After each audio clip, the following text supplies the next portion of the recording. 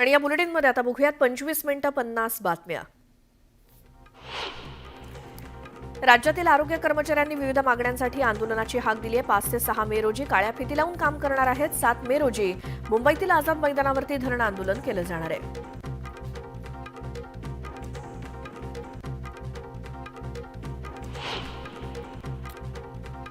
मध्य रेल्वेवरील मुंबई विभागातील मोटरबंद पुन्हा एकदा कामाच्या अतिरिक्त ताणामुळे मूक निदर्शनं करण्याच्या तयारीत आहेत. रिक्त पदामुळे मोटरबंदना जादा काम करावं लागतंय, त्यामुळे 4 मे पासून नियमानुसार काम करण्याचा आणि कोणतेही जादा काम न करण्याचा निर्णय समस्त मोटरबंदने घेतलाय. मुंबईतील लोकलमधील मोटरबंदच्या केबिनमध्ये सीसीटीव्ही कॅमेरे बसवण्यात येत आहेत. मात्र सीसीटीव्ही कॅमेरे बसवण्याच्या निर्णयाला मोटरबंद कर्मचाऱ्यांनी विरोध केलाय. दबाव टाकण्याचा प्रयत्न असल्याचं म्हणत उद्यापासून आंदोलन करण्याचा इशारा दिला गेलाय.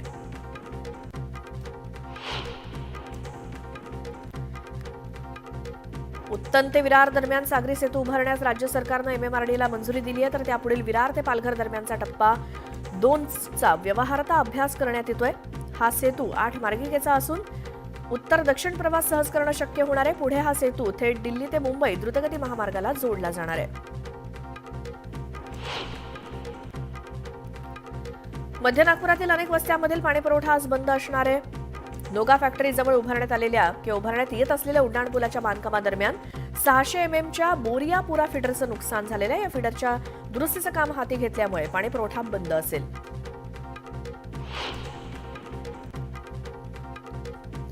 पुणे वडगाव शुद्धीकरण केंद्राच्या अंतर्गत पुण्याच्या काही भागात पाण्याची टंचाई निर्माण झाली आहे. त्यामुळे पुण्याच्या काही भागात आठवड्यातील 1 दिवस पाणीपुरवठा बंद असणार आहे. गेल्या 3 ते 4 महिन्यापासून महापालिकेनं या भागात अघोषित पाणी कपात सुरू केलेली होती. आता पालिकेनं त्याबाबतचं वेळापत्रक जारी केलंय. अनधिकृत होर्डिंग्स विरोधात कारवाई करण्याचे आदेश मुंबई हायकोर्टानं सर्व पालिकांना दिलेत. कारवाई करून 4 आठवड्यात अहवाल सादर करण्याचे आदेश कोर्टानं दिलेत. नवी मुंबई महानगरपालिका आयुक्त डॉक्टर कैलास शिंदे यांनी मान्सूनपूर्व कामांसाठी 15 मे पर्यंतची डेडलाईन दिली आहे. त्यामुळे गेल्या वर्षभरापासून सुरू असलेली विकास कामं वेगानं सुरू आहेत. महापालिकेच्या मिळकत कर विभागाच्या वतीनं दिल्या जाणाऱ्या बिलांचं वाटप करण्यास सुरुवात करण्यात आली आहे. मिळकत कराची 12.5 लाख मिळकतींची बिलं तयार असून ती संबंधितांना टपाल विभागामार्फत पाठवण्यात आली आहेत. पहिल्या 2 दिवसात नागरिकांनी 5 कोटी रुपयांचा महसूल पालिकेच्या तिजोरीत जमा केलाय. सर्वसामान्यांना हक्काची घरं देण्याची जबाबदारी असलेल्या म्हाडाच्या तिजोरीत मागील काही वर्ष खडखडाट होता. मात्र आता म्हाडाच्या तिजोरीत 49.69% वाढ झाल्याचं समोर आलंय. सोडतेद्वारे केलेल्या घरांच्या विक्रीसह अन्य माध्यमातून म्हाडाच्या तिजोरीत भर पडली आहे. पिंपरी चिंचवडमधील थकबाकीदारांच्या सदनिकेचा भाग दाखवल्यावर थकबाकी नोंदीची प्रक्रिया सुरू असताना आता पालिकेनं सोसायटीतील वाहनतळ क्रमांक देखील मागवलेला आहे. सर्व माहिती मिळताच थकबाकीदारांची वाहनं जप्त करण्याचा निर्णय करसंकलन विभागानं घेतलाय. पहलगाम हल्ल्यानंतर भारत पाकिस्तान सीमेवरती तणाव वाढलेला. या पार्श्वभूमीवर अनिवासी भारतीयांनी आगाऊ नोंदणी केलेल्या तब्बल 6,000 गणेश मूर्ती पेण शहराकडनं कॅनडाकडे गुरुवारी रवाना करण्यात आल्या. या मूर्ती JNPA बंदरातून 3 कंटेनरमधनं पाठवण्यात आल्या. मुंबईत यंदा पर्यावरणपूरक गणेशोत्सव साजरा केला जाणार आहे. यासाठी पालिकेनं अटी आणि शर्थी शिथिल करण्याची तयारी दर्शवली आहे. दरम्यान मूर्तीकारांच्या मंडपाच्या परवानगीसाठी सहाय्यक आयुक्तांनीच पुढाकार घेण्याचे निर्देश देण्यात आले. पीओपीवरती सरसकट बंदी घातली गेली तर मोठ्या गणेश मूर्ती बनवायला अडचणी निर्माण होतील. पण त्यासोबत उत्सवाची रया जाऊन मुंबईतील सार्वजनिक गणेशोत्सवावरती त्याचा विपरीत परिणाम होईल. त्यामुळे पीओपीला योग्य असा पर्याय देऊन सुवर्णमध्य काढावा असं साकडं बृहन्मुंबई सार्वजनिक गणेशोत्सव समन्वय समितीनं राज्य सरकार आणि मुंबई महानगरपालिकेला घातलंय. कांजूर डम्पिंग ग्राउंडची जमीन संरक्षित वनजमीन असून तिचा वापर डम्पिंग ग्राउंडसाठी करण्याचा निर्णय बेकायदा असल्याचं उच्च न्यायालयानं म्हटलंय. उच्च न्यायालयानं मुंबई महानगरपालिकेला 3 महिन्यात संबंधित जमीन पूर्ववत करण्याचे निर्देश दिल्यामुळे पालिकेला संपूर्ण शहराच्या कचऱ्याची विल्हेवाट कशी लावायची हा प्रश्न उभा राहिलाय. ई-बाईक टॅक्सीला मंजुरी देण्याच्या राज्य सरकारच्या निर्णयाला रिक्षा संघटनांनी तीव्र विरोध केलाय. संपूर्ण राज्यभरातील RTO कार्यालयांपुढे रिक्षाचालक संघटना 29 मे रोजी निदर्शनं करणार आहे. राज्यातील 15 लाखांहून अधिक रिक्षाचालक आंदोलनामध्ये सहभागी होणार आहेत. मुंबई महानगरपालिकेकडनं झोपडपट्टीतील व्यावसायिकांकडनं मालमत्ता कर आकारायला सुरुवात करण्यात आली आहे. गेल्या 4 महिन्यात 1166 व्यावसायिक गाळ्यांचं सर्वेक्षण करण्यात आलंय. त्यापैकी 957 व्यावसायिकांच्या मालमत्ता या कर आकारणीस प्राप्त ठरल्या असून या व्यावसायिकांना 6,73,71,451 रुपये कर भरण्यास पालिकेनं बजावलंय. मुंबईमध्ये 2,000 रुपयांच्या नोटा मागे घेण्याचा निर्णय घेतल्यानंतर 2 वर्षांनंतरही 6,266 कोटी रुपयांच्या नोटा अजूनही चलनात आहेत. आरबीआयने 19 मे 2023 रोजी 2,000 रुपयांच्या नोटा चलनातून हटवण्याची घोषणा केली होती. तर 2023 पर्यंत चलनात असलेल्या 28.24% 2,000च्या नोटा परत आलेल्या आहेत. जळगावात सोनं चांदीच्या भावात घसरण होत असून 1 मे रोजी सोन्याच्या भावात 2,000 रुपयांची घसरण झाली. त्यामुळे आता सोन्याची किंमत 94,000 रुपयांवरती आली आहे. चांदी सुद्धा 500 रुपयांनी घसरली असून चांदी 95,200 रुपयांवरती पोहोचली आहे. एप्रिल 2019 पूर्वीच्या वाहनांना उच्च सुरक्षा नंबर प्लेट बसवण्याचे आदेश परिवहन आयुक्तालयानं काढलेले आहेत. त्यासाठी प्रत्येक जिल्ह्यामध्ये पुरेशा केंद्रांची सोय उपलब्ध करून देण्यात आलेली आहे. मात्र राज्यातील अपेक्षित 1.5 कोटी वाहनांपैकी आतापर्यंत अवघ्या 27 लाख वाहनधारकांनीच नवी नंबर प्लेट बसवलेली आहे. अजूनही 1,23,00,000 वाहन मालकांनी याकडे मात्र पाठ फिरवली आहे. पुणे महानगरपालिकेत कंत्राटी सुरक्षा रक्षकांचा पुरवठा करण्यासाठी 139 कोटींची निविदा काढलेली असताना जुन्या निविदेतील 228 सुरक्षा रक्षकांना मार्च महिन्याचा पगार अजूनही मिळालेला नाही. मे Eagle Security and Personal Services Private Limited या ठेकेदाराला आजपर्यंत कामगारांचे पगार करा, अन्यथा काळ्या यादीत टाकण्यात येईल असा इशारा पालिकेनं दिलाय. पुणे स्थानकावरील रेल्वे वाहतुकीवरील होम सिग्नलवरती प्रवासी गाड्यांना जास्त वेळ थांबावं लागू नये यासाठी पुणे ते हडपसर तिसरी मार्गिका टाकण्याच्या कामाला लवकर सुरुवात होणार आहे. तर इलेक्ट्रॉनिक इंटरलॉकिंग प्रणालीमुळे रेल्वे वाहतूक अधिक सुरक्षित होण्यास मदत होईल. पालिकेच्या वीरमाता जिजाबाई भोसले वनस्पती उद्यान आणि प्राणी संग्रहालयातील पेंग्विनची संख्या वाढत चालली आहे. त्यामुळे राज्यासह देशातील अन्य प्राणी संग्रहालयांना पेंग्विन देण्यास पालिका तयार आहे. मात्र पेंग्विनचं पालनपोषण करणं खर्चिक असल्यामुळे पेंग्विन घेण्यास अन्य प्राणी संग्रहालय उत्सुक नाहीत. त्यामुळे वाढत्या पेंग्विनचं करायचं काय असा प्रश्न पालिकेला पडलाय. पदोन्नती नाकारणाऱ्या पोलीस अधिकाऱ्यांवरती कारवाई करण्याच्या सूचना वरिष्ठ पातळीवरती देण्यात आल्या आहेत. अशा अधिकाऱ्यांना अकार्यकारी पदावरती बदली करण्यात यावी अशी देखील सूचना करण्यात आली आहे.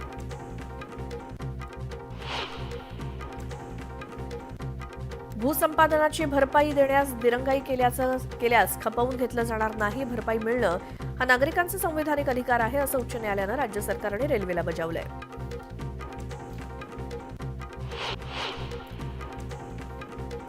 माझी लाडकी बहीण योजनेअंतर्गत एप्रिल महिन्याचा 10वा हप्ता लवकरच 2.41 कोटी महिलांच्या खात्यामध्ये जमा होणार आहे. ज्या महिलांना 8वा आणि 9वा हप्ता मिळालेला नाही त्यांना एप्रिल महिन्याच्या हप्त्यासह 4,500 रुपये दिले जातील अशी माहिती मंत्री आदिती तटकरे यांनी दिली.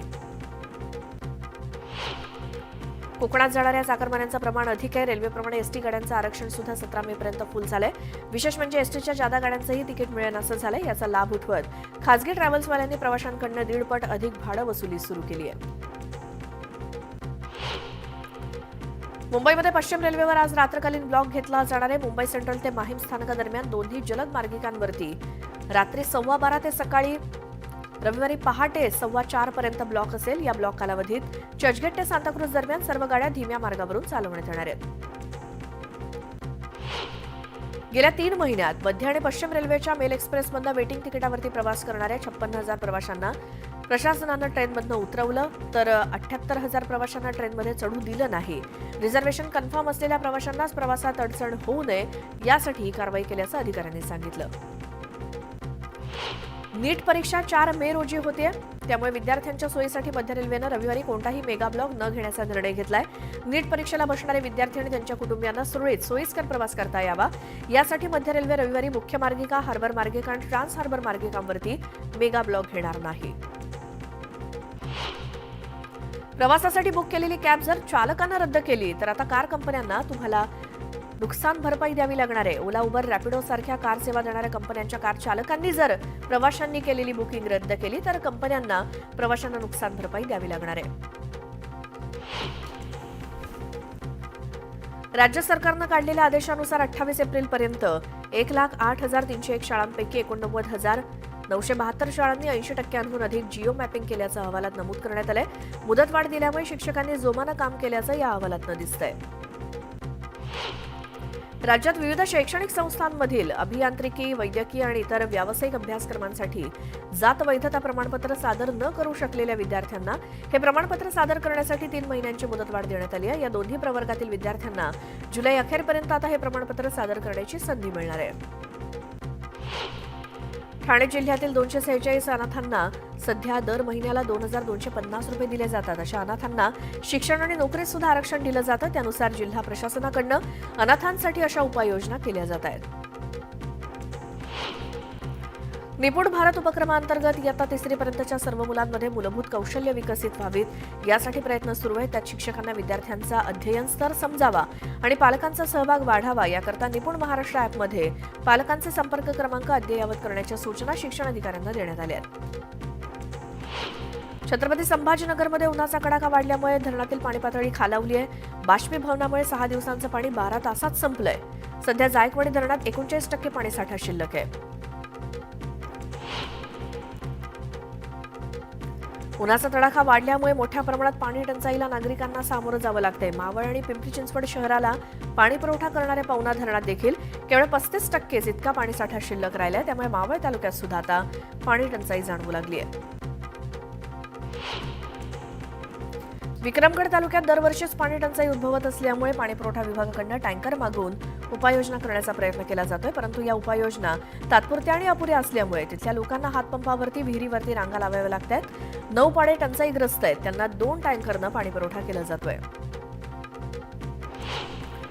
जालना जिल्ह्यामध्ये पाणी टंचाई भीषण जाणवत असून टँकरच्या संख्येनं आता सेंचुरी पार केली आहे. जिल्ह्यातील 60 गावांसह 16 वाड्यांची तहान 101 टँकरनं भागवली जाते. तर प्रशासनाकडून 130 विहिरींचं अधिग्रहण देखील करण्यात आलेलं आहे. बदनापूर तालुक्यात सर्वाधिक पाणी टंचाई जाणवत असून 23 गावातील 82,000 नागरिकांना 39 टँकरनं पाणीपुरवठा करण्यात येतो.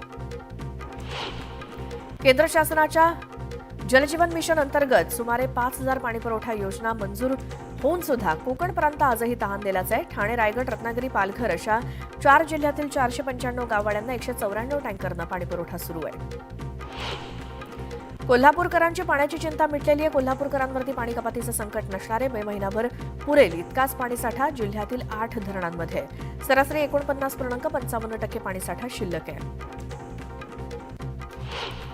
राज्यात सध्या तापमानाचा पारा वाढतोय. त्यामुळे उष्माघाताच्या रुग्णांची संख्या वाढते. विदर्भात यंदा उष्माघाताची रुग्णसंख्या 56हून अधिक आहे. विदर्भात बहुतांश जिल्ह्यात तापमान 44 अंशांपेक्षा जास्त गेल्यामुळे उष्माघाताच्या रुग्णांमध्ये वाढ झाली आहे. राज्यातील बहुतांश शहरांच्या कमाल तापमानात वाढ झाल्यामुळे चटके बसत असतानाच आता पुढचे 7 दिवस राज्यात काही ठिकाणी अवकाळी पावसाची शक्यता हवामान अभ्यासकांनी वर्तवली आहे. तर मुंबईमध्ये सकाळी आकाश ढगाळ असेल तर दुपारी निरभ्र राहील अशी माहिती हवामान खात्याकडून देण्यात आली आहे. मान्सूनची आतुरतेनं वाट बघणाऱ्या नागरिकांना हवामान विभागानं खुशखबर दिली असून मान्सून मागील वर्षीप्रमाणे यंदा सुद्धा शेतकऱ्यांना सुखावण्याची शक्यता आहे. यंदाचा मान्सून नेहमीप्रमाणे सरासरी इतका बरसेल आणि केरळमध्ये 1 जूनला तर राज्यामध्ये 6 जूनला दाखल होईल असा अंदाज आहे. उन्हामुळे आरोग्याला निर्माण होणारा धोका टाळण्यासाठी योग्य काळजी घेणं आवश्यक आहे. विशेषतः उन्हाळ्यात शरीराचं तापमान वाढल्यामुळे उष्माघात आणि निर्जलीकरण, विषबाधा आणि त्वचेचं नुकसान अशा समस्या होऊ शकतात. नंदुरबारच्या काकर्दे गावात खंडेराव महाराजांच्या यात्रोत्सवाचं आयोजन करण्यात आलं. यावेळी मोठ्या संख्येनं नागरिकांनी सहभाग घेतला.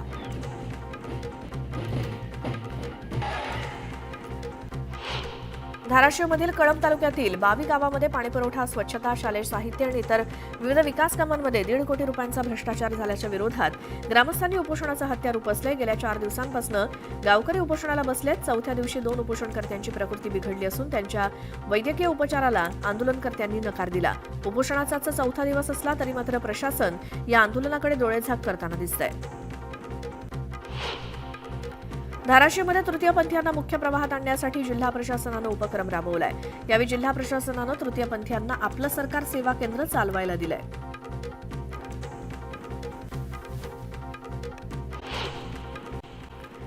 ठाण्याच्या खडी गावातील सोनाई सीताई देवीच्या यात्रेचं आयोजन करण्यात आलेलं होतं. यावेळी यात्रेत मोठ्या संख्येनं भाविकांनी गर्दी केली. पापलेटचं उत्पादन अल्प झाल्यानंतर पापलेटला राज्यमाशाचा दर्जा देण्यात आला. त्यामुळे मच्छीमार नाराज आहेत. 1980च्या दशकात 20,000 टन उत्पादन असलेल्या चंदेरी पापलेटचं उत्पादन सध्या 10 टनांपेक्षाही कमी झालंय. तथापि पापलेट संवर्धनासाठी शासनानं सुचवलेल्या उपाययोजनांकडे दुर्लक्ष केलं जात असल्यामुळे सरसकट मासेमारी सुरूच आहे. वाशिमच्या कृषी उत्पन्न बाजार समितीत हळद पिकानं विक्रमी आवकेचा आकडा पार केला. वाशिम बाजार समितीमध्ये पहिल्यांदाच ऐतिहासिक 14,300 क्विंटलची विक्रमी आवक झाली. त्यामुळे वाशिम बाजार समितीमध्ये मोठ्या प्रमाणात शेतकऱ्यांची गर्दी बघायला मिळाली. जळगावच्या भुसावळ शहरामध्ये पहलगाम हल्ल्याचा निषेध करण्यात आला. यावेळी नागरिकांनी कॅन्डल मार्च काढून अतिरेक्यांवरती कठोर कारवाई करण्याची मागणी केली. चला आळंदीला जाऊ, ज्ञानदेव डोळा पाहू असं म्हणत राज्याच्या कानाकोपऱ्यातनं भाविकांचा ओघ. आळंदीमध्ये सुरू झालेल्या संत ज्ञानेश्वर महाराजांच्या 750व्या जन्मोत्सव सोहळ्याची जय्यत तयारी झाली असून आजपासून भक्तीच्या ज्ञानकुंभाला सुरुवात होतीये. साताऱ्याच्या कोयना धरणाच्या जलविद्युत प्रकल्पातनं यंदा जादा वीज निर्मिती करण्यात आलेली आहे. 666 दशलक्ष युनिट जादा वीज निर्मिती केल्यामुळे विजेची चिंता मिटली आहे. काहीही करून अलमट्टी धरणाची उंची वाढवायचीच असा चंग बांधलेल्या कर्नाटक सरकारनं महाराष्ट्र सरकारविरुद्ध कायदेशीर लढा देण्यासाठी 150 तज्ज्ञांची समिती तयार केल्याचं समोर आलंय. आपला 524 मीटर उंचीचा अट्टहास पूर्ण करण्यासाठी त्यांनी जलतज्ज्ञ आणि वकिलांची फौज उभी केल्याचं समजतंय. लातूरच्या औसा इथे उपजिल्हा रुग्णालयाची निर्मिती केली जाणार आहे. पालकमंत्री शिवेंद्रसिंहराजे भोसले यांच्या हस्ते भूमिपूजन करण्यात आलं. केंद्र सरकारनं जातनिहाय जनगणनेचा घेतलेला निर्णय हा छत्रपती शिवाजी महाराजांच्या विचारातील भारत घडवणारा असेल असा विश्वास शिवेंद्रसिंहराजे भोसले यांनी व्यक्त केला. जाती जातीत निर्माण झालेल्या पेचावर कायमस्वरूपी तोडगा निघेल असा विश्वास त्यांनी बोलून दाखवला. राज्यात शुक्रवारी ज्वारी बाजारात एकूण 8,694 क्विंटल ज्वारीची आवक झाली. या ज्वारीला कमीत कमी 1,950 ते सरासरी 2,450 रुपयांचा प्रति क्विंटलचा दर मिळाला. राज्यातील बाजार समितीमध्ये 2 मे रोजी गव्हाची मोठी आवक झाली. यावेळी 19,240 क्विंटल गव्हाची आवक झाली. दरम्यान गव्हाला 2,770 रुपये प्रति क्विंटल इतका दर मिळतोय. कोकणातील हापूस आंब्याचा हंगाम शेवटच्या टप्प्यामध्ये आलेला आहे. देवगडची आवक थांबली आहे. रत्नागिरीचा हंगाम 10 मे आणि रायगडचा 25 मे पर्यंत सुरू राहील. यापुढे दक्षिणेकडील राज्याचा गुजरातची आवक वाढणार असून जून अखेरीस शेवटच्या टप्प्यात उत्तर प्रदेशातून आंबा आवक सुरू राहील. अमरावतीमध्ये all India federation cup kabaddi स्पर्धेचं आयोजन करण्यात आले. 9 राज्यातील पुरुष आणि महिला कबड्डी संघांनी यात सहभाग घेतला. विदर्भ कबड्डी असोसिएशन, अमरावती जिल्हा कबड्डी असोसिएशन आणि आमदार खोडके दाम्पत्य यांच्या शोध प्रतिष्ठाननं या स्पर्धेचं आयोजन केलं. बीडमध्ये आमदार प्रकाश सोळंके यांच्या साखर कारखान्याला भीषण आग लागली आणि या आगीमध्ये मोठ्या प्रमाणात साहित्य जळून खाक झालं. अग्निशमन दलाकडून आगीवर नियंत्रण मिळवण्यात आलंय. सुदैवानं यात कोणतीही जीवितहानी झालेली नाही.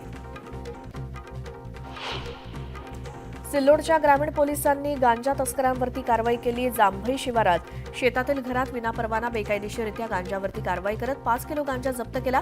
या प्रकरणी पोलिसांनी गांजा विक्रेत्याला अटक केली. तनिषा भिसे मृत्यू प्रकरणात सरकारनं त्यांच्या दोन्ही नवजात बाळांच्या उपचारासाठी मदत जाहीर केली आहे. मुख्यमंत्री वैद्यकीय सहाय्यता निधीतनं 24 लाखांची मदत जाहीर करण्यात आली आहे. राज्यातील धर्मादाय रुग्णालयांना आता धर्मादाय रुग्णालयाचा फलक लावणं बंधनकारक करण्यात आलंय. तसंच यापुढे या रुग्णालय प्रशासनाला खाटा उपलब्ध नसल्याची सबब सांगता येणार नाही. पुढे गर्भवती मृत्यू प्रकरणानंतर प्रशासनानं हा निर्णय घेतलाय. आम्ही राजकारणी दिवसभर खोटं बोलत असलो तरी सत्याच्या म्हणजेच अध्यात्माच्या व्यासपीठावर खोटं बोलता येत नाही अशी कबुली मंत्री गुलाबराव पाटील यांनी दिली. ते संत बाहूजी महाराज उत्तराधिकारी गादीपती सोहळ्याच्या कार्यक्रम प्रसंगी बोलत होते. पुण्यश्लोक अहिल्यादेवी होळकर त्रिशताब्दी निमित्तानं सोंडी इथे 6 मे रोजी राज्य मंत्रिमंडळाची बैठक होणार आहे. या बैठकीसाठी मुख्यमंत्री देवेंद्र फडणवीस, उपमुख्यमंत्री एकनाथ शिंदे, उपमुख्यमंत्री अजित पवार यांच्यासह अवघं मंत्रिमंडळ दाखल होणार आहे.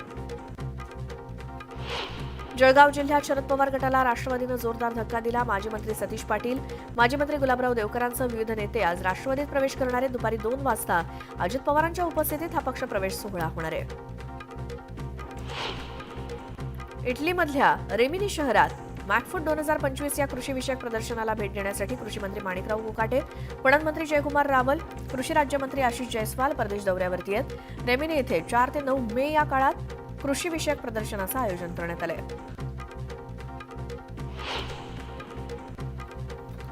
पहलगाममध्ये झालेल्या दहशतवादी हल्ल्याचा मास्टर माइंड पाकिस्तानच असून तिथे आश्रयाला असलेली दहशतवादी संघटना लष्कर-ए-तैयबा, आयएसआय आणि पाकिस्तानी आर्मी यांचा या हल्ल्यामध्ये थेट सहभाग असल्याचं तपासात निष्पन्न झालं. या हल्ल्याबाबत राष्ट्रीय तपास यंत्रणेनं सादर केलेल्या प्राथमिक अहवालात ही माहिती समोर आली आहे. श्रीनगर इथे एक शिकारा बोट वेगवान वाऱ्यामुळे उलटली. त्यामुळे काही पर्यटक सरोवरात पडले. या दुर्घटनेचा एक व्हिडिओ समोर आलाय. स्थानिकांच्या मदतीनं अनेक पर्यटकांना वाचवण्यात यश आलं असून एक जण बेपत्ता आहे, त्याचा शोध घेतला जातोय. केदारनाथ धामचं कपाट उघडण्यात आलेलं आहे. केदारनाथ दर्शनासाठी पहिल्या दिवशी 10,000 भाविक आले होते. यंदा दर्शनासाठी 25 लाखांहून अधिक भाविक येण्याची शक्यता आहे.